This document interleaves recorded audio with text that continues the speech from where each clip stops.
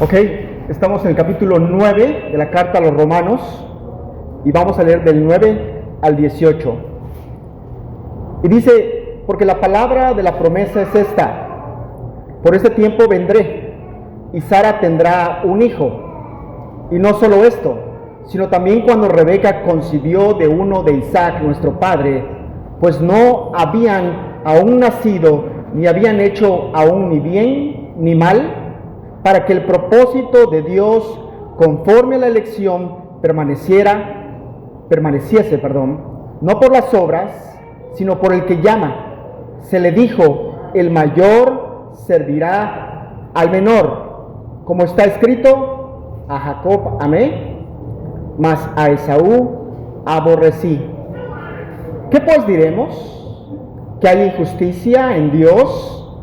En ninguna manera. Pues a Moisés dice: tendré misericordia del que yo tenga misericordia, y me compadeceré del que yo me compadezca.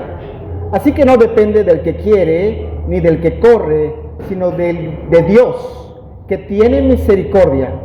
Porque la Escritura dice a Faraón: por esto mismo te he levantado, para mostrar en ti mi poder, y para que mi nombre sea anunciado por toda la tierra.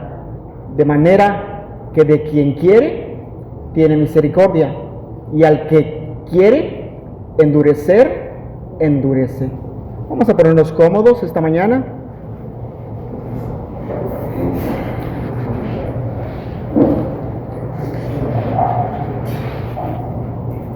Una noche oscura en Basilea de Suiza, en julio de 1536, un hombre se está muriendo. Y este hombre no es un hombre común. Este hombre es el erudito más famoso de Europa. En 1536, este es el erudito más famoso de Europa. Y está muriendo en una casa que no es suya. Está muriendo abandonado por dos partes.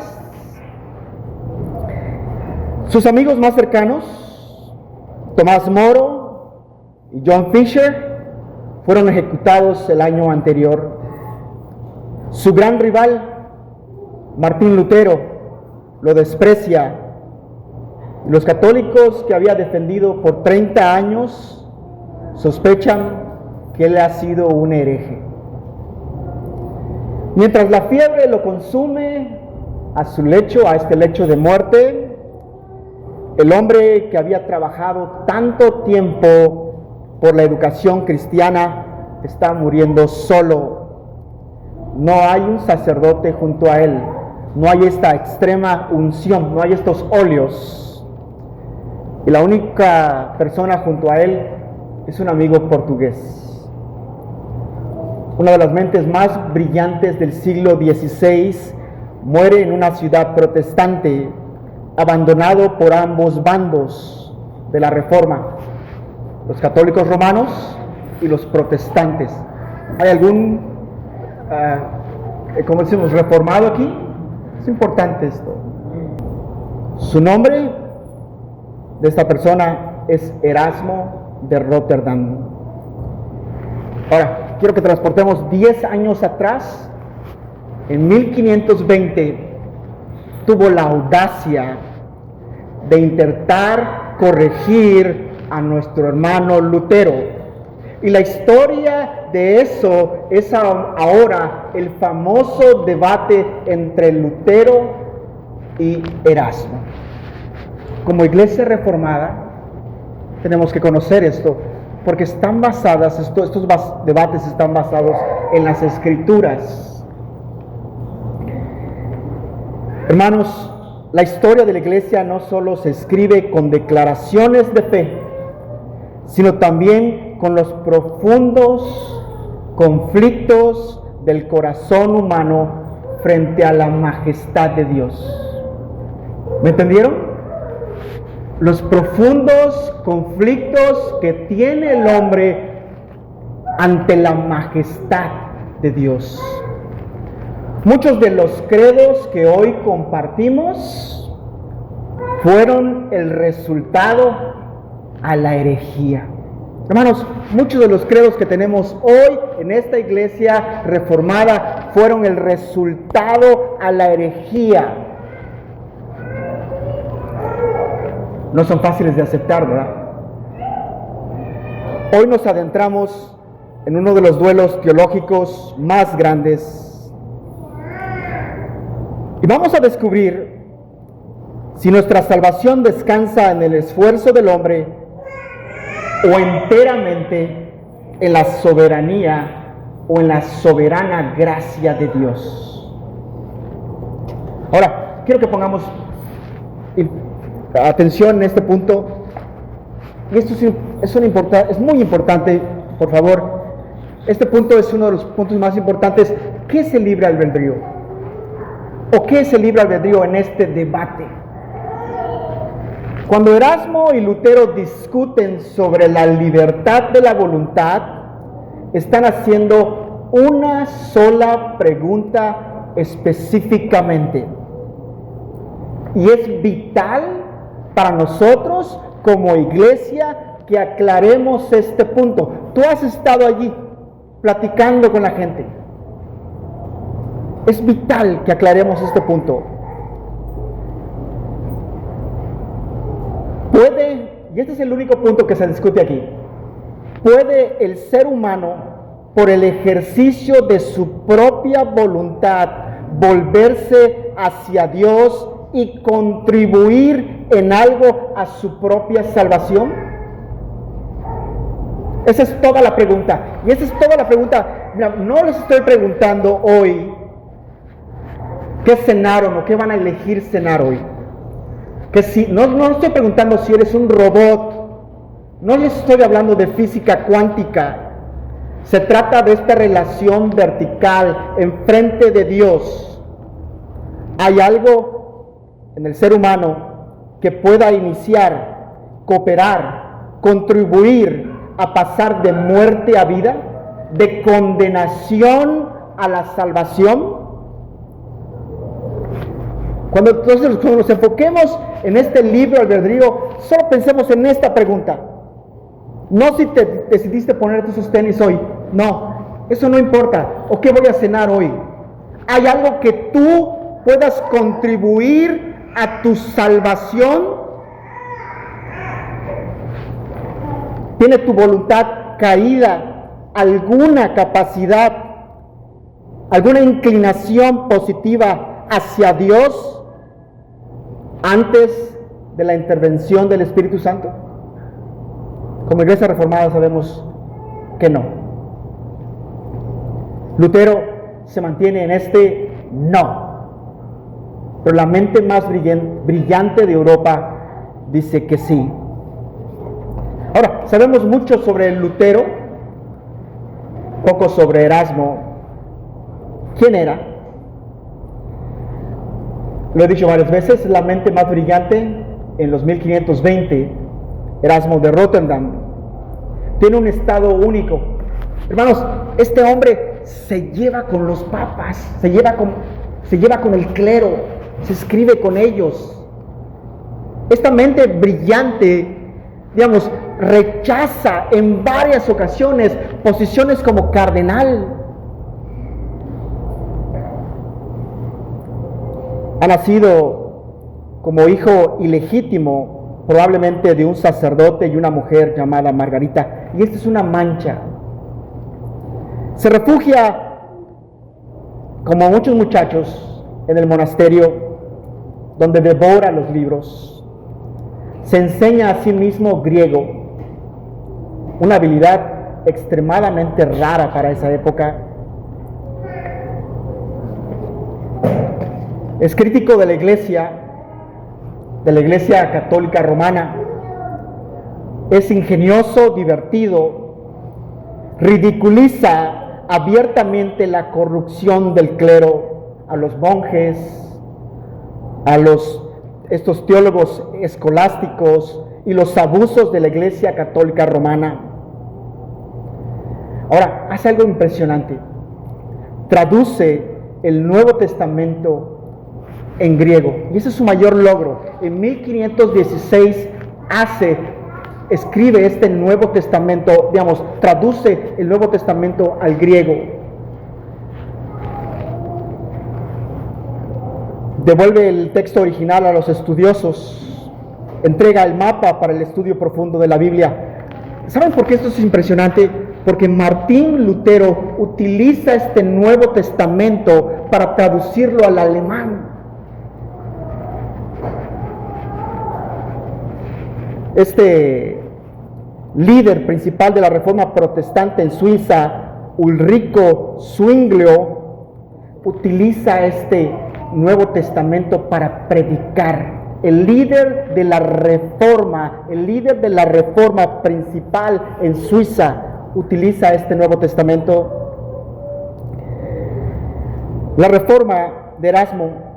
Ahora, él busca un cambio pacífico, académico, lento. Le gustaba más escribir que clavar tesis en una iglesia. Mientras Erasmo está trabajando pacientemente en construir esa reforma interna mediante la educación, Lutero aparece en la escena. ¿Conocen a nuestro hermano Lutero? Es impresionante. Él no está ahí para hacer las paces, él está ahí para hablar la verdad. Gloria a Dios. Se dice, ya habían dicho por ahí en la época, Erasmo puso el huevo y Lutero lo empolló, reflejando cómo el trabajo académico de Erasmo preparó el terreno para la revolución que él mismo terminó temiendo y rechazando. Ahora, Erasmo y el hermano Lutero no eran enemigos. De hecho, el hermano Lutero a veces lo felicitaba. Cuando Lutero está escribiendo su comentario sobre Gálatas, alrededor de 1519, Lutero comenta que deseaba que Erasmo se dé prisa con su propio comentario para poder sacar el suyo. Quiere decir esto, que Lutero está viendo en un lugar de preeminencia a Erasmo como todos los demás. Por su parte, Erasmo está discretamente complacido con Lutero. En una reunión con el elector Federico de Sajonia, aquel príncipe que protegía a Lutero, le piden la opinión sobre Lutero y él dice que Lutero ha cometido dos pecados.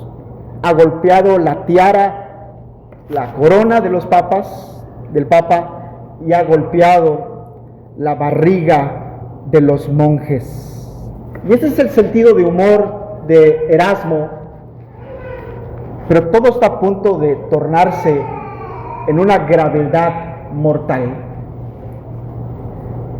Lutero va a ser excomulgado y va a ser encontrado culpable en la dieta de Worms, y tiene que huir. ¿Ustedes conocen la historia? Es secuestrado por este príncipe. Ahora, Erasmo está en medio de esto. Siempre ha tratado de hacer las cosas pacíficamente, siempre ha tratado de hacer las cosas de manera no quemar la habitación como lo ha hecho Lutero. Y Erasmo va a estar bajo mucha presión. Todos los bandos le van a pedir una respuesta. ¿Han visto esta imagen antes? Esta imagen se llama Las manos en oración y es pintada por un famoso pintor de esa época que se llama Durero. Ahora, la idea para el mundo es que Lutero había muerto y la gente está esperando que la gran mente de esa época haga algo, responda, se una a este movimiento protestante. Este Durero escribe en su diario: oh Erasmo de Rotterdam, ¿Dónde te quedarás, oh caballero de Cristo? Cabalga junto al Señor Jesús, protege la verdad, gana la corona del mártir.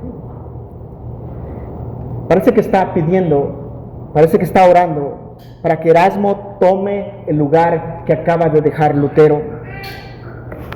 Pero Lutero no ha muerto. Empieza a publicar y ahora comienza a publicar con furia. El problema es que Erasmo le ha dado, si lo podemos decir así, le ha dado las herramientas a los protestantes. La Iglesia Católica comienza a acusarlo de ser básicamente Juan el Bautista, que ha preparado el camino para los protestantes, y muchas otras celebridades. Incluso el mismo Lutero le pide ayuda, Erasmo lo esquiva, incluso le escribe, entonces Erasmo le escribe al Papa León X, y le dice: no estoy tan loco como para intentar nada contra el supremo vicario de Cristo. Quiero que vean este punto. Este hombre se encuentra ahorita en medio de esta batalla y tiene que tomar un partido, tiene que tomar, tiene que unirse a un grupo. Hermanos, ¿qué grupo vamos a elegir? El de la verdad. Siempre. Siempre. El punto de quiebra llega en diciembre de 1522. El Papa Adriano IV, que es un amigo, compañero de escuela de Erasmo en los Países Bajos, es ahora Papa. Y él exige una respuesta. Ahora, Erasmo finalmente va a escribir una respuesta. Finalmente va a decir lo que piensa. Y va a hacer 3 escritos. No voy en detalle a estos escritos, voy a ir al último, que es el momento hoy que estamos debatiendo entre Erasmo y Lutero. Pero dice brevemente que Lutero y la Iglesia pues no son herejes, que simplemente tienen otro punto de vista. Ahora, el debate que tenemos hoy es sobre el libre albedrío. Publica la obra principal, sobre el libre albedrío, que en realidad es un libro pequeño y bastante moderado. Se podría decir que ofrece una rama de olivo, una crítica y luego una idea positiva de lo que él cree. Aquí no busca armar una pelea. Erasmo dice: ustedes no son herejes. Erasmo está buscando una pelea civilizada en la calle. Se podría decir que está intentando tener una pelea civilizada, pero Lutero no pelea de esa forma. Ahora, para Lutero, cuando recibe este libro, está pasando uno de los años, o está pasando el peor de los años.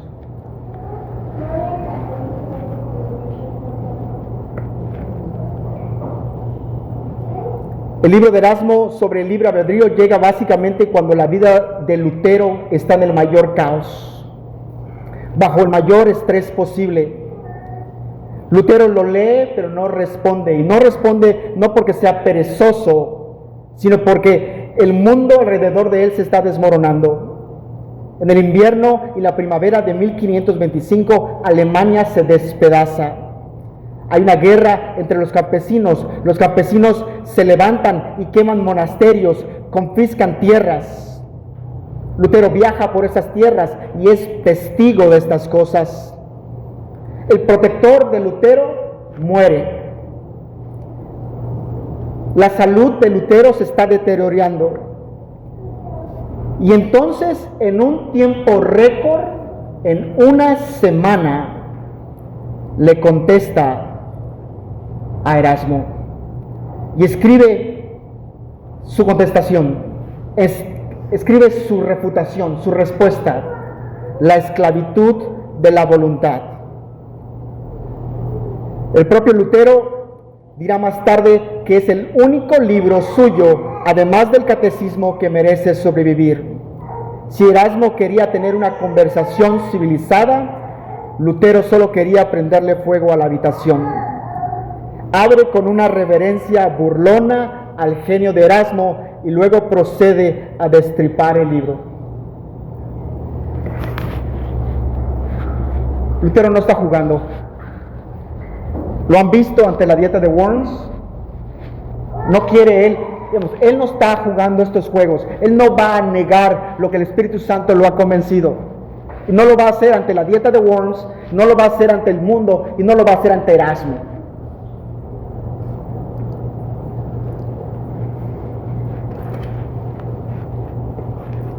Lutero le agradece a Erasmo porque el punto es genuino. Y le dice: tú eres el único que has atacado a lo verdaderamente importante, el asunto esencial.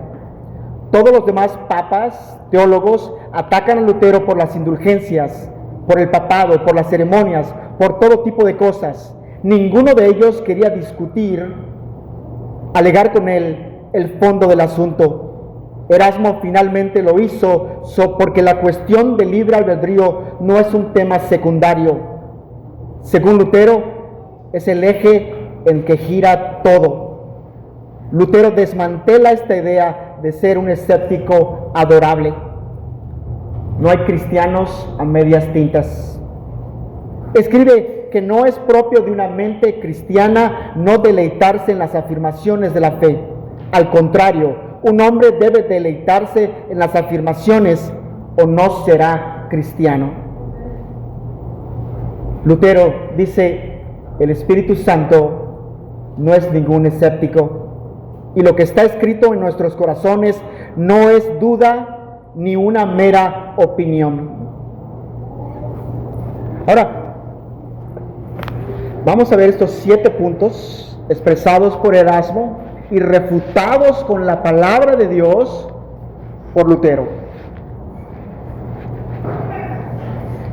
Comenzamos con el primer punto. Me pueden seguir aquí en la pantalla si quieren.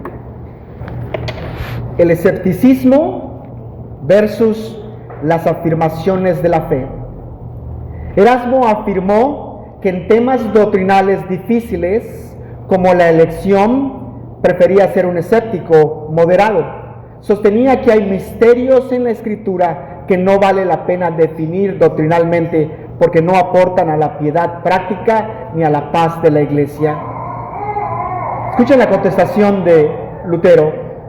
Lutero refutó: el Espíritu Santo no es un escéptico.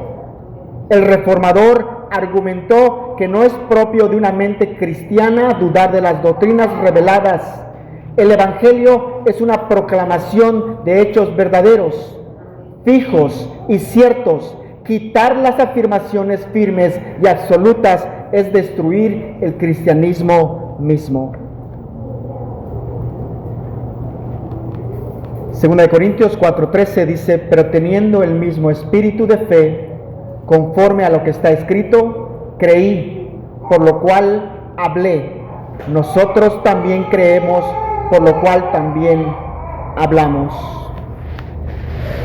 Siguiente punto es la definición de la voluntad humana: incapacidad o debilidad. Erasmo definió el libre albedrío como la facultad de la voluntad humana por la cual el hombre puede aplicarse a las cosas que conducen a la salvación eterna o apartarse de ellas. Su imagen era la de un niño enfermo o alguien que cojea, pero con la ayuda y asistencia de la mano de su padre puede caminar. Vean la contestación de nuestro hermano Lutero, y esta contestación es bíblica. Dice: esa definición omite por completo la gravedad del pecado y la necesidad absoluta de la gracia. El hombre caído no está cojeando, está está totalmente cautivo en una prisión espiritual y solo Dios abre la puerta. Versículo bíblico, Efesios 2:1 y 8:9. Y Él os dio vida a vosotros cuando estabais muertos en vuestros delitos y pecados. Por gracia sois salvos por medio de la fe. Y esto no de vosotros, pues es don de Dios, no por obras, para que nadie se jacte. Para Lutero, la voluntad humana no es un agente neutral o un juez independiente que decide fríamente qué camino tomar. Y esta siguiente ilustración es una de las más famosas ilustraciones de nuestro hermano Lutero. Y es lo que dice sobre la voluntad humana. Escuchen, por favor. Dice que es un animal de carga. Un caballo o un asno no elige quién se le sube al lomo. Simplemente es montado y dirigido. La voluntad humana, dice el hermano Lutero, que es como un asno en un caballo. Él no elige quién se va a subir sobre él y dirigirlo. Y dice esto: si Dios lo dirige, la voluntad es movida por el Espíritu Santo y se dirige hacia el bien, la fe, la obediencia, no porque el animal sea bueno, sino porque el jinete es perfecto. Si Satanás lo dirige, la voluntad es esclava del pecado, el egoísmo, la rebelión. Un ser humano en ese estado no puede evitar hacer el mal espiritual porque está bajo el control de un jinete maligno. Juan 8:34-36 dice: Jesús les respondió: de cierto os digo, que todo aquel que hace pecado es esclavo del pecado. Así que si el Hijo os libertare, seréis verdaderamente libres.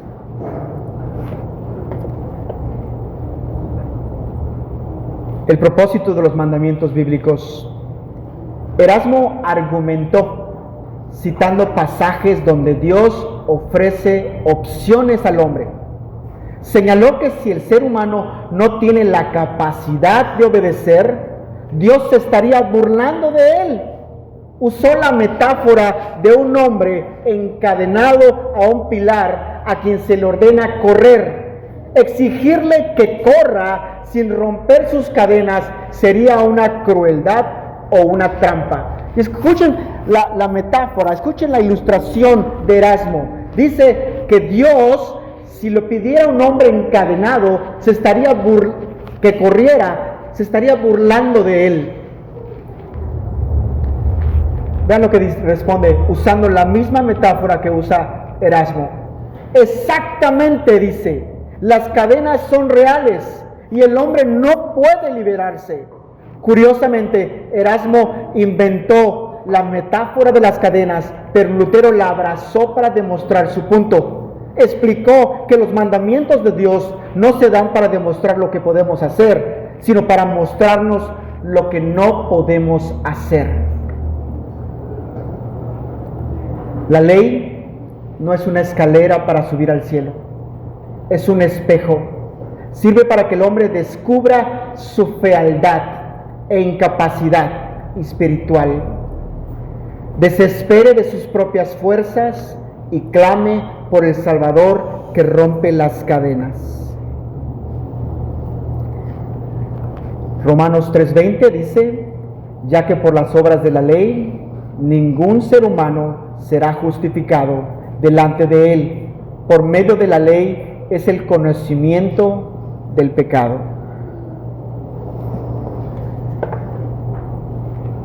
Esta parte es un poquito delicada, pongamos atención, ya vamos a terminar. Erasmo argumentó: Dios permite el mal de forma pasiva, pero no lo causa directamente. En el caso del endurecimiento de corazón de Faraón, Dios simplemente retuvo su gracia y la voluntad ya corrompida de Faraón siguió su curso natural. Erasmo está defendiendo este sinergismo, Dios y el hombre cooperando, para evitar hacer a Dios el autor directo del pecado. ¿Ok? Dios no es el autor del pecado. ¿Amén? ¿Amén? Pero dice Lutero esto: el obrar de Dios es activo y soberano. Dios le anunció a Moisés el endurecimiento del faraón antes que sucediera. No fue una reacción pasiva, sino un decreto e intencionalidad divina para mostrar su poder. ¡Wow! Gloria a Dios. Dios, digamos, es el Rey y Señor, y Él ha predeterminado todas las cosas. ¿Amén? No hay duda de esto. Pero el Señor no es el autor del pecado. Los hombres toman sus propias decisiones. Escuchen esta parte. Necesidad versus coacción. Lutero aclaró que una voluntad corrupta peca por necesidad interna de su naturaleza caída. Un lobo actúa como lobo por naturaleza, pero caza con gusto, libremente y de manera voluntaria. Lutero afirma y dice esto: Dios no arrastra a nadie a pecar contra sus deseos, coacción. El hombre ama su propio pecado y actúa siguiendo lo que es. No eres una marioneta, eres un agente que elige libremente, pero aparte de la gracia, siempre elegirás tu propio egoísmo. La elección incondicional, el caso de Jacob y Esaú. Erasmo argumentó tratar de suavizar el pasaje de Romanos 9, el pasaje que leímos al principio, diciendo que cuando Dios dice a Esaú, aborrecí, la palabra aborrecí es un comparativo que significa amé menos. Además, argumentó que el texto se refería al destino histórico de naciones, Israel y Edom, y no a la salvación de individuos particulares. ¿Han escuchado esto antes? ¿Lo han escuchado? Mucha gente que está en contra de iglesias con sana doctrina, iglesias calvinistas, iglesias reformadas, utilizan este argumento. No significa esto. Lutero refuta y dice, desmontó ambas ideas. Primero, Dios odiará o condenará. Si Dios odiara o condenara a una nación entera, esto sería filosóficamente más monstruoso que hacerlo con un solo individuo. Segundo, Pablo está usando explícitamente este ejemplo en Romanos para hablar de la elección soberana. Puedes suavizar la palabra aborrecí, pero el hecho absoluto permanece. Dios eligió a uno y rechazó al otro antes de que nacieran, antes de cualquier mérito, obra o decisión humana. Y el versículo bíblico es el que leímos: pues no habían aún nacido, ni habían hecho aún ni bien ni mal, para que el propósito de Dios conforme a la elección permaneciese, no por las obras, sino por el que llama, como está escrito, a Jacob amé, mas a Esaú aborrecí. El orgullo humano y la gloria de Dios. Y este es mi punto favorito. Escuchen, Erasmo se preocupó. Si predicamos que el hombre no tiene libre albedrío y que no puede hacer absolutamente nada por su propia salvación, la gente dejará de esforzarse moralmente, se volverá apática y se abrirán de par en par las compuertas de la maldad del mundo. Fíjense qué interesante lo que dice Erasmo. Si hacemos esto, entonces va a haber un Viva México. La gente va a hacer lo que quiera. Si hay si la gente no puede hacer nada por su salvación, entonces la gente va a dejar de esforzarse y va a hacer lo que quiera. Escuchen la contestación de Lutero: nadie busca a Dios. ¿Han escuchado esto antes? Nadie busca a Dios verdaderamente por sí mismo de todos modos. Pero lo que realmente está en juego aquí no es la moralidad humana, sino algo infinitamente mayor: la gloria de Dios. Para que ninguna carne se jacte en su presencia, para que, como esté escrito, el que se gloríe, gloríese en el Señor. Ahora, ¿qué digo con este? ¿Qué está en juego aquí? No está en juego la moralidad humana, sino la gloria de Dios. Vamos a pensar que en tu salvación tú hubieras aportado el 1% y que Dios hubiera aportado el 99%. Esto haría a este 1% un acto de justicia propia. Eso no podría ser. Imagínense entrando por estas, digamos, en estas calles de oro, en estos, ¿cómo se llama esto? De perlas, portones de perlas, y ver al Señor Jesucristo y decirle: yo te elegí a ti.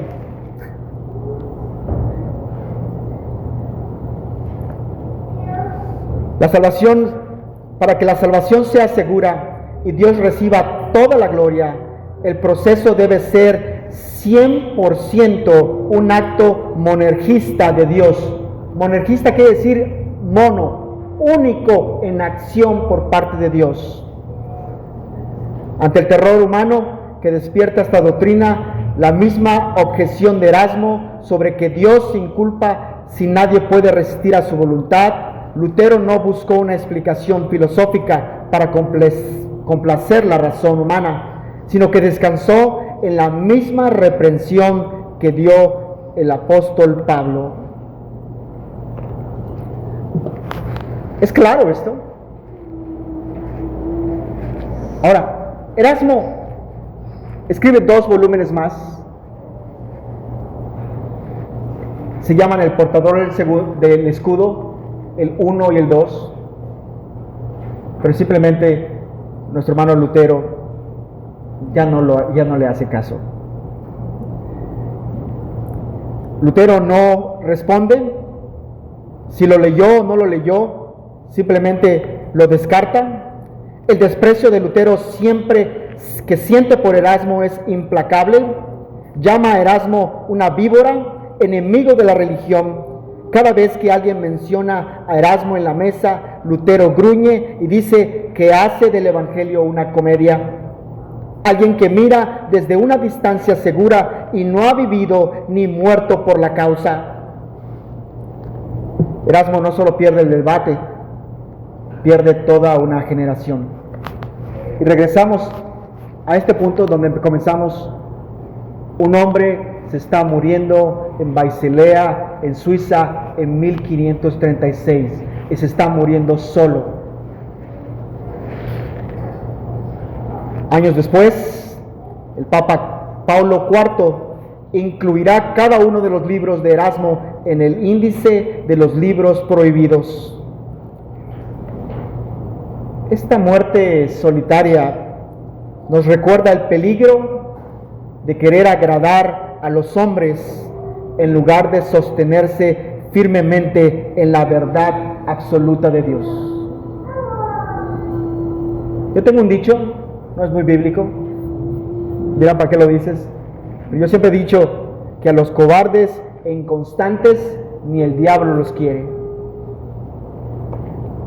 Hay una sentencia en el libro de Apocalipsis de estas personas que son mandadas al infierno. ¿Saben quiénes son los primeros en esta lista? Los cobardes e incrédulos. Hermanos, Erasmo sufre el no haberse parado por la verdad, el no haber tomado un bando u otro. Muere solo una de las mentes más brillantes de los 1500. Nuestro hermano Lutero pasa a la historia como un héroe, como han pasado muchos de nuestros héroes, algunos que fueron quemados en la hoguera. ¿Qué podríamos decir que aquellos que tradujeron las Biblias? Tyndale tradujo por primera vez esa Biblia al inglés, quemado a la hoguera. Los Hussianos, los Hus, antes de la Reforma, perseguidos. ¿Ven la idea? Este debate de libre albedrío, sabemos cuál es la respuesta. Dios es el que inicia y Dios es el que termina. Pero ahora mi pregunta para ustedes es, ¿dónde estás parado tú? ¿Qué tan constante eres? ¿Qué tan cierto eres? ¿Cuál es tu compromiso con Cristo? Termino diciendo algo que ya se ha dicho aquí antes, simplemente lo voy a repetir. Si tu hijo o tu hija se fuera a casar con alguien, ¿exigirías un compromiso? Amén. Es lo que necesitamos en las iglesias. Un compromiso. Un compromiso. Vamos a ponernos de pie esta tarde, hermanos.